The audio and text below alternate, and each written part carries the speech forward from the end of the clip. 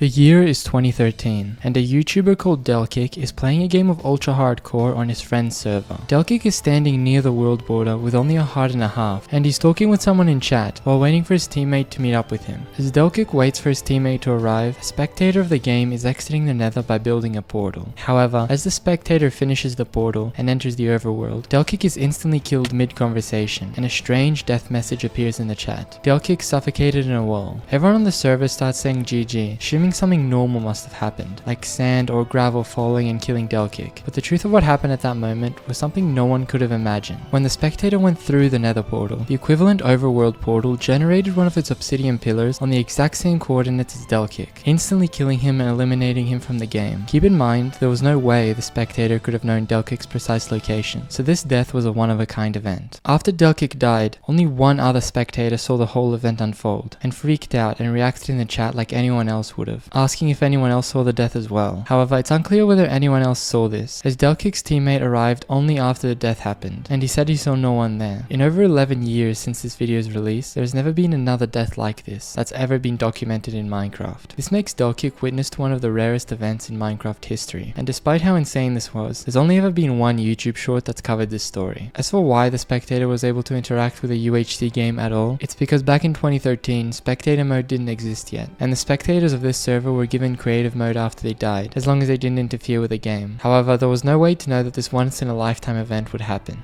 You might be wondering, what happened to Delqhic after this? Well, he continued to make UHC YouTube videos until he eventually stopped playing Minecraft. He also completely stopped uploading on his channel in 2018, and his Twitter account has also been deleted. Basically, he's moved on with his life, leaving this one event as the most viewed video on his channel. Now that we've seen this one-of-a-kind event, we're gonna explore some more of these moments in time, so enjoy this collection of the rarest events that have ever occurred throughout Minecraft's history.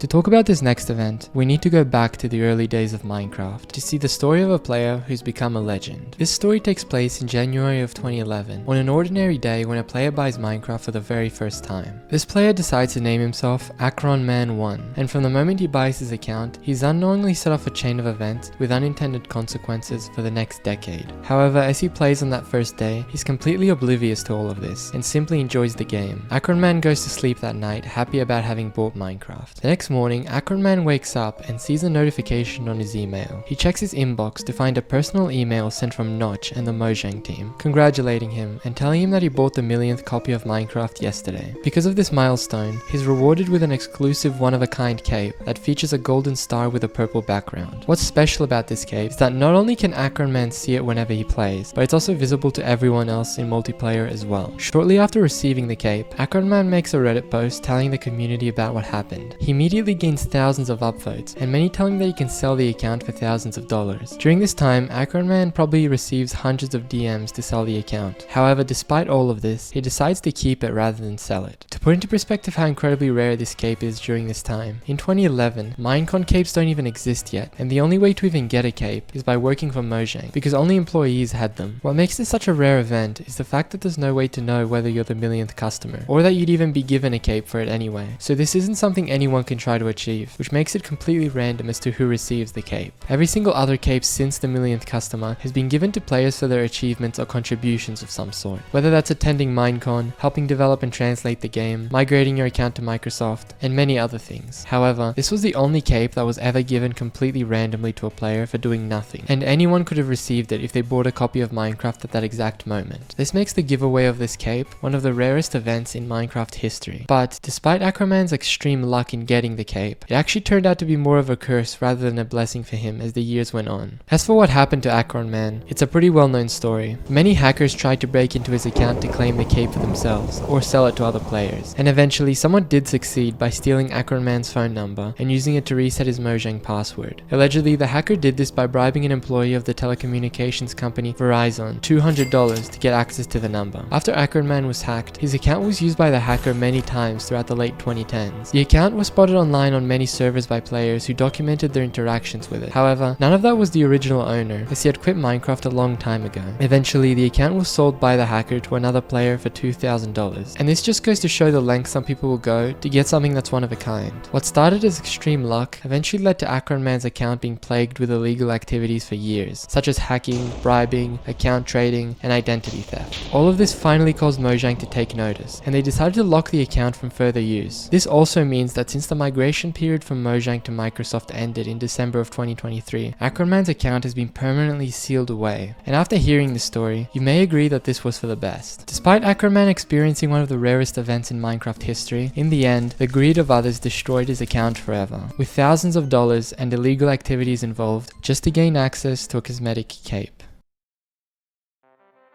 Our next story takes place 8 years later, when Minecraft is regaining its popularity in 2019. During this time, a YouTuber called ElRichMC is streaming to their audience like any normal day. ElRich is sorting items inside his base, when he suddenly encounters a fully diamond chicken jockey with an iron sword. ElRich rightfully freaks out when this happens, and tries to find a way to contain it, as it's unlikely he'll ever come across another one again. ElRich makes 2 name tags, one for the zombie and one for the chicken so they don't despawn. Next, he starts leading the zombie through tunnels towards an underground clearing.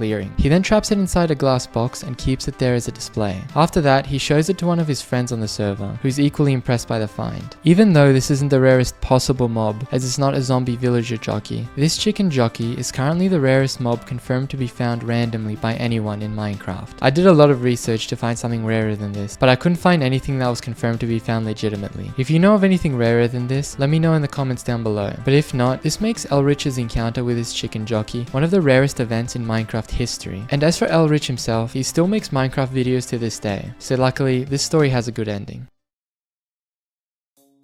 Our final story takes place in April of 2021, and it's an event I'm sure many of us remember. During the aftermath of the Great Potato War, Technoblade decides to stream on Hypixel Skyblock for the first time in 9 months. And since he's the face of Hypixel on YouTube, this comeback to Skyblock gets a lot of attention within the community. The reason Techno decided to return to Skyblock after all this time is because a mayor called Dante had taken over, and so Technoblade returned to bring order. Techno makes his first stream on the 7th of April, announcing his return to Skyblock, and he makes a speech about the revolution he'll lead against Dante. He also tells everyone to vote for him to become the new mayor as well. This first stream was short, but nevertheless it caused a lot of hype in the community, which means that everyone would show up during the event. On April 16th, Technoblade goes live once again. He's won the election in a landslide since the previous stream, and so he was the new mayor elected to overthrow Dante. At the start of the stream, Hypixel starts experiencing a surge of players that has never been seen before. At the start of the stream, there are over 90,000 players already on Skyblock, and that number rose to over 110,000 at its peak. During this stream in total, Hypixel reached almost 220,000 concurrent players online. And to put into perspective how many this is, it's like having the entire population of a medium-sized city all playing on a single Minecraft server. This surge of players was a one-of-a-kind event that no one thought was possible, and neither Hypixel nor any other server has come close to this number of players again, even after 3 years. Also, the scale of this event would have been impossible with any other YouTuber, as Technoblade was loved by the Hypixel community. And these 2 live streams came after some of the most successful videos on his channel. If you want to watch a summarized version of the event, I'll link Techno's video down below.